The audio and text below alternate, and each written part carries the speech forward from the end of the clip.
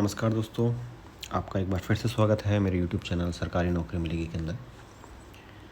मैं एक बार फिर से एक और वैकेंसी की जो नोटिफिकेशन है वो लेके आ गया हूँ आपके लिए। तो चलिए इस वीडियो में देखते हैं। ये जो वैकेंसी आई है ये आई है Islamic university of science and technology Kashmir के अंदर। कश्मीर काफ़ी अच्छी जगह है। जो लोग कश्मीर में जाके जॉब करना चाहते हैं उनके लिए काफ़ी अच्छी अपॉर्चुनिटी है काम करने के लिए। ये जो एडवर्टीज़मेंट आया है इसकी डेट है 6 फरवरी 2024। ये सारी पोस्ट्स जो भी हैं ये सब जो है वो रेगुलर बेसिस पे हैं और वेरियस पोस्ट हैं इसके अंदर। तो हम एक के बाद एक करके उनके लिए बात कर लेते हैं आगे। पहली पोस्ट यहाँ पे जो है वो यहाँ पे दी गई है लाइब्रेरियन की एकेडमिक लेवल 14 विद रेशनलाइज्ड एंट्री पे ₹1,44,200। ये लाइब्रेरियन की पोस्ट है और इसकी जो पे स्केल है वो है लेवल 14 गज़ब। नंबर ऑफ पोस्ट एक है। एलिजिबिलिटी इसके लिए क्या क्या है वो देख लेते हैं हम। मास्टर डिग्री होनी चाहिए लाइब्रेरी साइंस में या इंफॉर्मेशन साइंस में या डॉक्यूमेंटेशन साइंस में 55% के साथ। 10 साल का एक्सपीरियंस होना चाहिए आपको असिस्टेंट डिप्टी लाइब्रेरियन किसी भी यूनिवर्सिटी लाइब्रेरी के अंदर, और 10 साल का experience of teaching as assistant associate professor in library science और 10 year experience as a college librarian. तीसरी eligibility evidence of innovative library service including the integration of ICT in a library. चौथा a PhD degree in library science, information science, documentation, archive and manuscript keeping। तो अगर आपके पास ये सब है या इनमें से 2-3 चीज़ें हैं तो आप इसके लिए अप्लाई कर सकते हैं। आगे बढ़ते हैं अगली पोस्ट के लिए। तो अगली पोस्ट यहाँ पे क्या कहती है, फाइनेंस ऑफिसर के लिए। ग्रेड पे लेवल 14 रहेगा। इसके लिए जो एलिजिबिलिटी मांगी गई है वो मांगी गई है मास्टर डिग्री 55% के साथ में। 15 साल का यहाँ पे एक्सपीरियंस मांगा गया है असिस्टेंट प्रोफेसर के अंदर जो कि लेवल 11 में हो,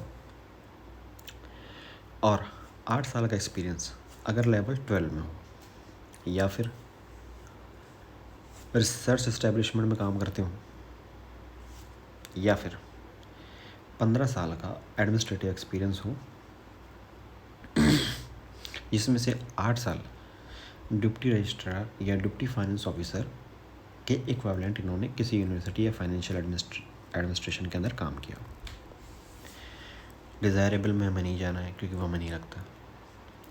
अगली पोस्ट है डिप्टी रजिस्ट्रार की। अगली जो पोस्ट है वो है डिप्टी रजिस्ट्रार की। यह लेवल 12 की पोस्ट एक वैकेंसी इसमें आई है। इसके अंदर जो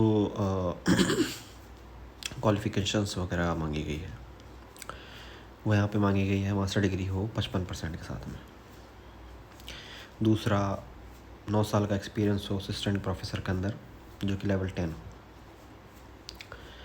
या फिर किसी रिसर्च इस्टेब्लिशमेंट या इंस्टीट्यूशन ऑफ हायर एजुकेशन के अंदर 9 साल का एक्सपीरियंस हो, या फिर 5 साल का एडमिनिस्ट्रेटिव एक्सपीरियंस हो एज अ असिस्टेंट रजिस्ट्रार।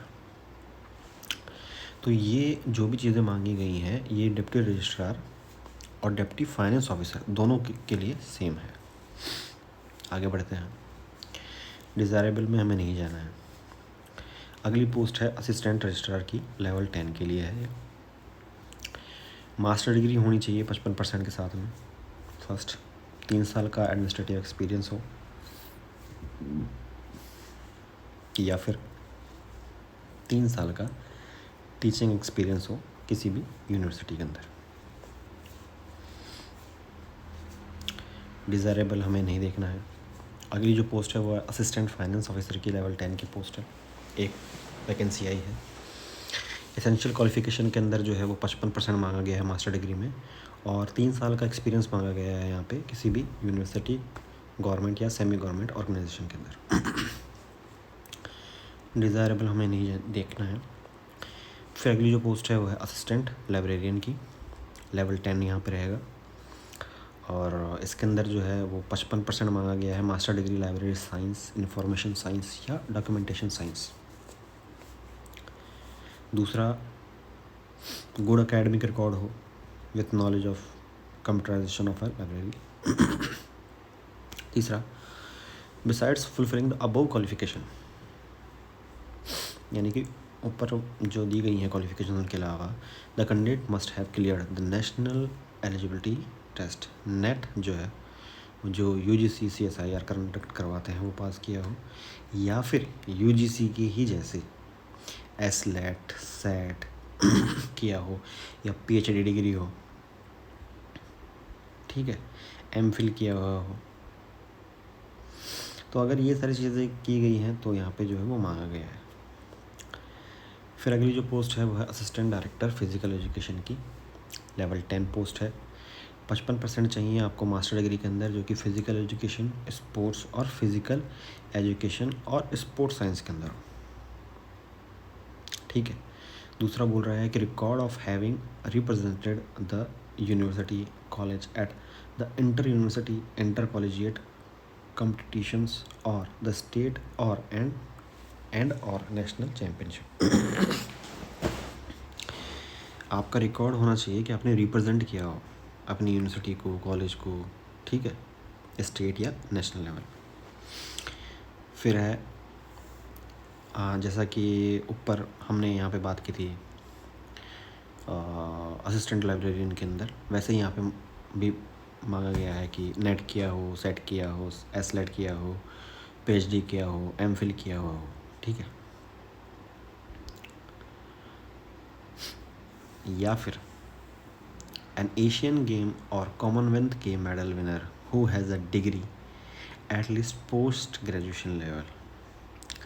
अगर आपने पोस्ट ग्रेजुएशन लेवल किया हुआ है और आपके पास में एशियन गेम्स या कॉमनवेल्थ गेम का कोई भी मेडल है विनर का, तो आप इसके लिए अप्लाई कर सकते हैं, ठीक है। तो ये तो हो गई जो पोस्टें थी और क्या एलिजिबिलिटी थी। इम्पॉर्टेंट्स डेट्स के बारे में यहाँ पे बात कर लेते हैं। जो ऑनलाइन एप्लीकेशन स्टार्ट हुए हैं वो स्टार्ट हो गए हैं 10 फरवरी 2024 से। लास्ट डेट जो फॉर्म फिल करने की है वो है 1 मार्च 2024, और हार्ड कॉपी भी यहाँ पे भेजनी होगी। तो हार्ड कॉपी पहुँचने की उनके पास में है 7 मार्च 2024। अभी शॉर्ट लिस्ट कैसे करेंगे, इनका सिलेक्शन प्रोसीड्यूर क्या होगा, वो हम पढ़ लेते हैं आगे। जैसा कि पहला पॉइंट यहाँ पे दिया गया है, depending upon the number of applicants for each position the university में conduct a written test to short list the candidate. अगर नंबर ऑफ कैंडिडेट्स पोस्ट के लिए ज़्यादा हुए तो ये रिटन टेस्ट कंडक्ट करवा सकते हैं। The criteria for short listing of candidates for interview for all the above post shall be as follows, ठीक है।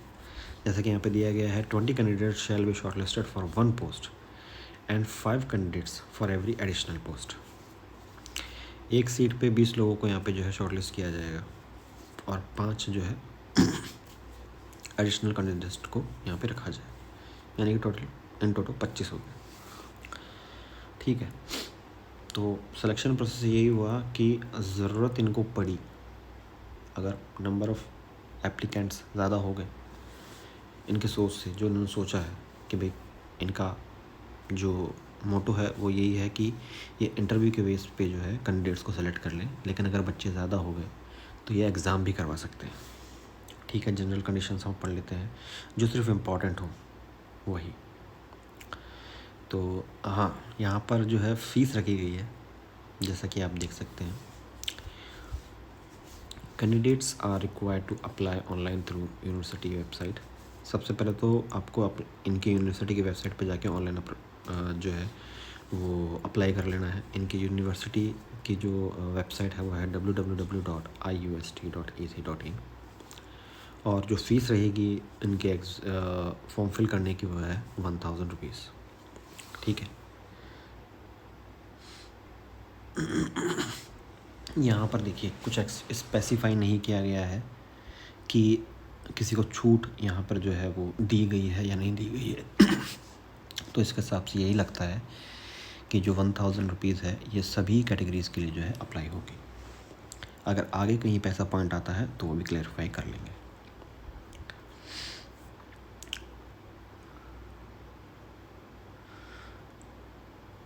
छठा पॉइंट यहाँ पे जैसे दिया गया है, hard copy of application form complete in all respect duly supported by self-attested copies of all relevant documents, certificates and testimonials shall have to be submitted in the office of the registrar by or before the last date of submission of hard copies of the applicants application forms, failing which the online application form submitted by the candidates shall not be considered. Hard copies आपको जो भेजनी है duly attest करके भेजनी है, जो भी testimonials और सर्टिफिकेट्स जितने भी हैं, और लास्ट डेट से पहले मिल जानी चाहिए। लास्ट डेट के बाद मिलते हैं तो वो इन्हें कंसिडर नहीं करेंगे। आगे यहाँ पे देख लेते हैं, आगे यहाँ पे और कुछ दिया गया है तो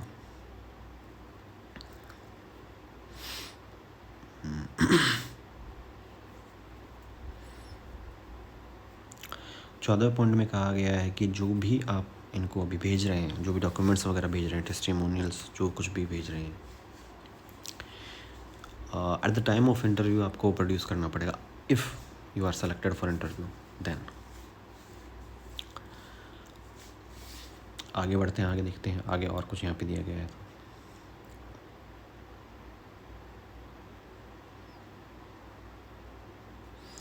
20वां पॉइंट यहाँ पे देखो क्या दिया गया है। यहाँ पे दिया गया है, the salary of the appointee shall not be released until a satisfactory report about his her character and antecedents and qualifications experiences from relevant agencies and institutions is not received। आप जो भी क्वालिफिकेशन एक्सपीरियंस के certificates जो submit करवाएंगे, आपका जो character certificates है, ये सब जब पूरी तरह से वेरीफाई होके इनको मिल जाएगा, उसी के बाद में आपकी जो सैलरी है वो रिलीज़ की जाएगी। तब तक आपको कोई सैलरी नहीं दी जाएगी। जब ये आपको जॉब दे देंगे उसके बाद की बात हो रही है, ठीक है। एनपीएस लागू होगा जो भी नए कैंडिडेट होंगे उनके लिए, ठीक है। यहाँ पे हाउएवर इन्होंने लिखा है, however this shall not apply in case of in service candidates governed by OPS, ठीक है। टीडीए नहीं दिया जाएगा, ध्यान रखना। तो इतना ही था इस वीडियो के अंदर। डेट ध्यान रखिए, लास्ट डेट जो है वो है 1/3/2024 ऑनलाइन फिल करने की, और हार्ड कॉपीज़ भेजने की है 7/3/2024। इनकी वेबसाइट पे जाइए और फॉर्म अपना फिल कर लीजिए। इनकी वेबसाइट है www.iust.ac.in।